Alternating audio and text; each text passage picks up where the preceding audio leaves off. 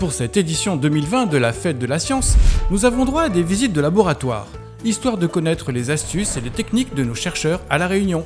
Et c'est Mathieu David, enseignant-chercheur et directeur du laboratoire Piment, qui va nous faire une petite visite.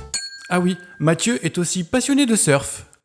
Bon, avant de commencer, pouvez-vous nous dire quelles sont les missions de ce laboratoire ? Donc le laboratoire Piment est engagé en tout cas dans la recherche sur la transition énergétique de notre société et on travaille sur deux axes principaux qui sont l'efficacité énergétique des bâtiments qui consomment peu et des systèmes producteurs d'énergie renouvelables. Intéressant.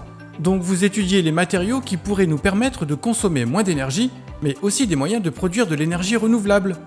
Vous avez des exemples ? On habite à La Réunion, donc il fait chaud, donc des matériaux qui vont nous permettre de nous isoler de la chaleur et éviter de mettre la climatisation à l'intérieur des bâtiments, par exemple. Et on ne va pas travailler que sur les matériaux, on va aussi travailler sur la capacité à rafraîchir un bâtiment avec de l'air qui nous vient de l'extérieur, donc faire de la ventilation avec le vent, les vents d'Alizé qu'on utilise, ou les brises thermiques qui nous viennent de la mer ou de la montagne. On les utilise et on les fait traverser les bâtiments, ce qui permet de rafraîchir les bâtiments sans utiliser la climatisation. Et concrètement, comment étudiez-vous ces innovations ?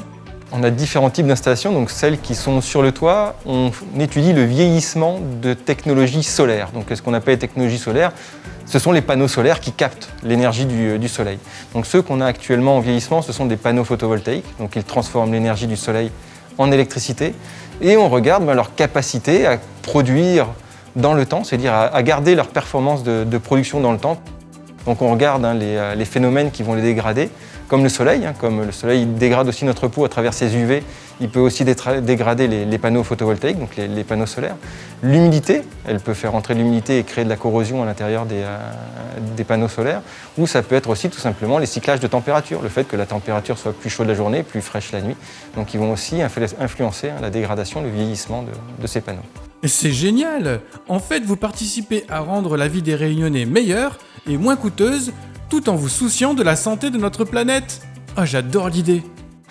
En arrivant, on a vu une petite station météo avec un bungalow.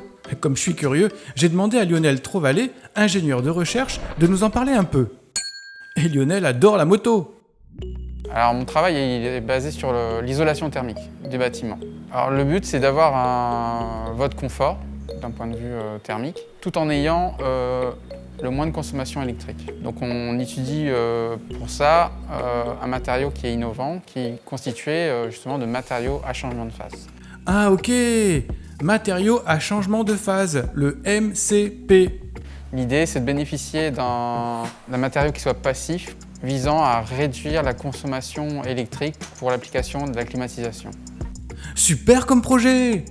Vous aidez à élaborer un matériau qui permettrait de réduire l'utilisation de la climatisation juste en l'appliquant sur les murs des habitations. Donc l'idée du produit du MCP, c'est d'avoir un mur constitué d'un enduit dans lequel il y aurait des microbilles de cire qui permettent justement de stocker de l'énergie. Il va stocker durant la journée puisqu'il va passer de l'état solide à l'état liquide et durant la nuit, dès que la température va s'abaisser, elle va restituer de la chaleur, donc elle va passer de l'état liquide à l'état solide. L'idée de ce mur qui est constitué d'un enduit avec des MCP, c'est de modifier l'inertie thermique du bâtiment.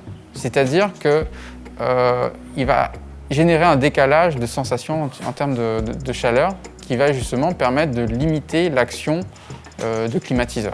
Merci Lionel. Et dès que c'est parfaitement au point, vous m'appelez, car réduire ma consommation de clim, ça m'intéresse. En traversant les locaux du laboratoire, on a aussi aperçu cette grosse boîte.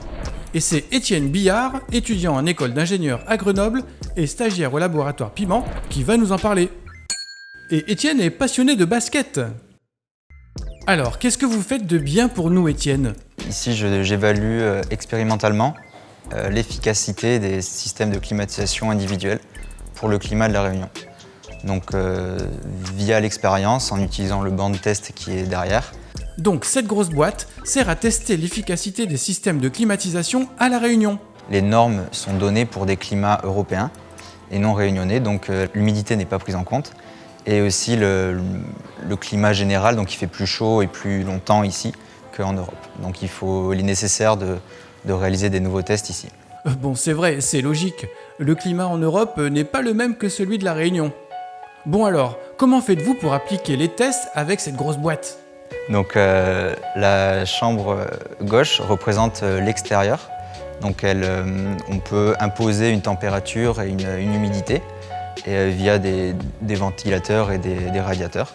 Et donc cette chambre permet de modéliser l'extérieur, le climat extérieur de La Réunion. La partie droite représente une chambre à climatiser, donc une salle à climatiser. Donc là aussi, on a des capteurs et des instrumentations qui permettent d'imposer une charge, une température et une humidité. Et donc le système de climatisation est installé entre les deux. Donc la partie évaporateur est installée dans la chambre intérieure et l'autre bloc est installé dans la chambre extérieure comme dans les habitations avec des capteurs. On relève des propriétés, donc la température, la pression, tout ça, pour obtenir à la fin l'efficacité de la climatisation. C'est incroyable! Vous arrivez à reproduire les climats extérieurs et intérieurs dans ces deux pièces? Et du coup, quel est le but final de tous ces tests? Donc l'objectif est de déterminer les climatisations les plus adaptées au climat de La Réunion. Donc pour le consommateur, c'est d'avoir une facture énergétique moindre. Et pour les fournisseurs, donc pour EDF, c'est de réduire l'impact de la consommation électrique via les climatisations. Et donc, point de vue écologique, c'est naturellement de consommer moins. Merci Étienne, et merci aussi Mathieu et Lionel. Bon, on vous laisse travailler, car plus vite ces techniques seront au point, et plus vite on fera des économies, tout en préservant notre jolie planète. À bientôt!